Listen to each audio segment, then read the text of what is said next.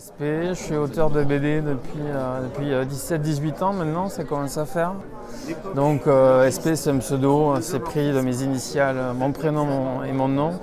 Voilà, donc j'ai travaillé chez Delcourt, on a fait une série Le Territoire avec Corbeyran, ensuite on a fait Le Troisième Œil avec Corbeyran. Puis j'ai fait Destin avec Franck Giroux et Corbeyran, puis une adaptation de Marc Lévy chez Casterman. Et là maintenant je travaille sur la série Château Bordeaux, j'ai travaillé sur L'Île des Justes avec Stéphane Apiatsek. Et je viens de terminer un one-shot qui s'appelle Le Perroquet qui sortira début 2017 chez Glénat. Voilà, donc ça fait une vingtaine de bouquins déjà, ça fait beaucoup, mais c'est comme ça, évidemment. Puis Eric c'est un ami, donc moi j'ai vachement besoin de relationnel, je ne suis pas dans le boulot pour le boulot.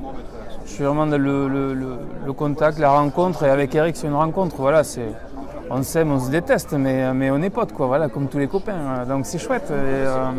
Et on avait des choses à dire aussi, on s'est rendu compte qu'on avait des trucs en commun, qu'on avait des choses à dire à travers nos BD. Que ce soit à travers du thriller ou de la saga familiale, on a tous des expériences personnelles à raconter, et on avait des choses à raconter ensemble, donc c'est une vraie rencontre. Ouais.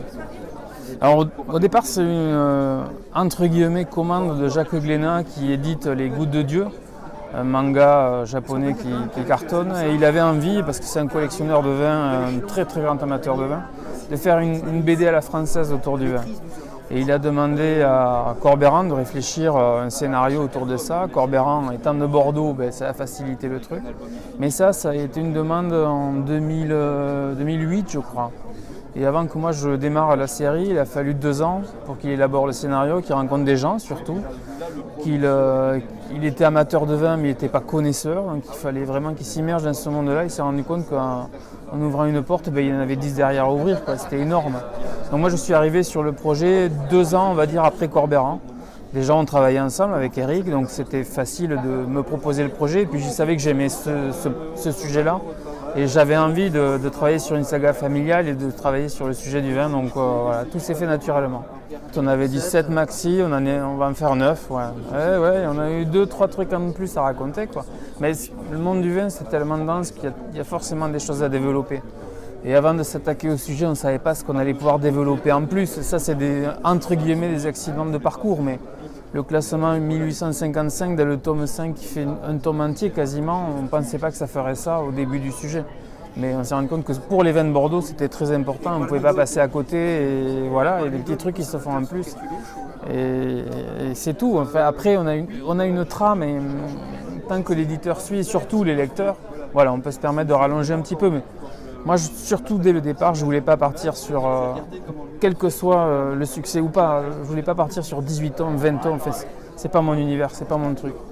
Et donc là, on s'est calé sur 9 tomes, et je trouve que c'est très très bien déjà pour raconter une histoire à part entière. Après, on verra. Mais il y aura une histoire en 9 tomes. Oui, il y a un vrai travail, comme tu dis, il y a un vrai travail d'authenticité, mais en même temps, tout est vrai et tout est faux, c'est ce qui est rigolo. C'est-à-dire qu'on s'est appuyé sur des personnages existants, que ce soit Michel Rolland ou des lieux existants, que ce soit une partie de Château Carbonieux, Saint-Émilion, l'éché de Smith-Lafitte, etc., etc. Donc chacun reconnaît une réalité parce qu'il se dit, voilà, moi ça je connais, et en fait le château n'existe pas, beaucoup de personnages n'existent pas non plus, mais on s'est accroché à des personnages existants, donc on a mêlé la réalité à notre fiction, ce qui donne un côté hyper réaliste.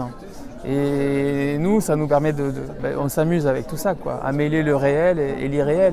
Dans le tome 7, il se passe un truc, je ne vais pas le dire parce qu'il y a des lecteurs qui vont le découvrir. Dans les vignes, avec les bâches, enfin voilà, j'ai un peu dit. C'est vrai, et en même temps, ça ne s'est pas passé là. Voilà, on remanie la réalité, donc c'est hyper intéressant. Et ce qui est chouette aussi, c'est de se balader dans le Bordelais avec des très grands connaisseurs du Bordelais, qui s'arrête à un endroit et me disent là ce château on sait que c'est celui qui vous a inspiré le Chanocourt, c'est pas du tout ça, quoi. Et non, mais c'est rigolo. Chacun s'est approprié son univers de Château Bordeaux. Au début oui c'était assez long, mais maintenant Corbeyran il va au contact des gens, il prend beaucoup de photos, il m'envoie ça. Quand j'ai besoin d'y aller j'y vais. Mais ça prend moins de temps qu'au début. Au début, oui, je ne connaissais pas du tout. Enfin, je connaissais un petit peu, mais je ne connaissais pas du tout ça. Maintenant, ça va, je sais me repérer. Je connais déjà les échelles par rapport aux cuves et tout. Ça, c'est des trucs, quand on commence une série comme ça, on ne sait pas. Enfin, au bout de 7 albums, je commence à connaître. Donc ça va plus vite. Je ne sais pas trop, en fait. C'est très bizarre. On est un peu dépassé, enfin moi je me suis un peu dépassé par le truc parce que je ne m'attendais pas à ça déjà, c'est assez énorme. Hein. Sortir une nouveauté à 40 ou 50 000 exemplaires, ça devient phénoménal. Donc sur une série de 7 albums, on dépasse les 350 000 albums, ce qui est, enfin, je trouve ça énorme. Tant mieux, ça fait plaisir, mais je ne travaille pas différemment, je fais exactement comme d'habitude. Alors il y a une série qui va marcher, l'autre qui ne marche pas.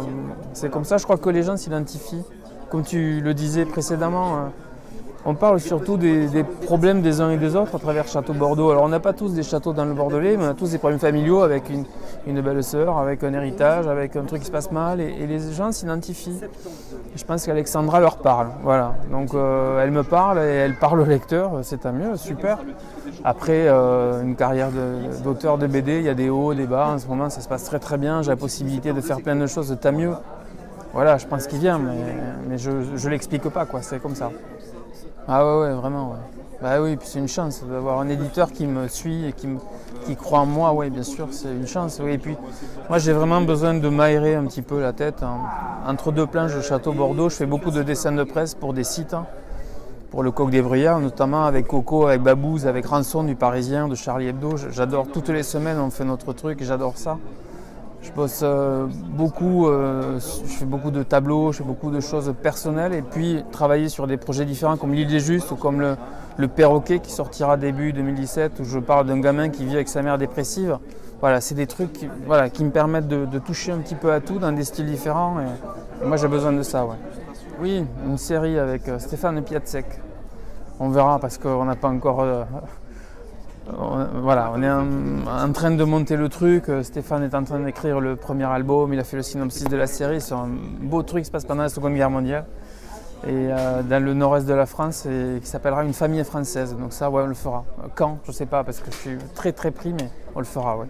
Et après, je vais faire des trucs perso aussi, parce que faire le Perroquet où j'ai fait scénario des 5 couleurs, ben, je me suis éclaté et je ferai d'autres trucs perso aussi.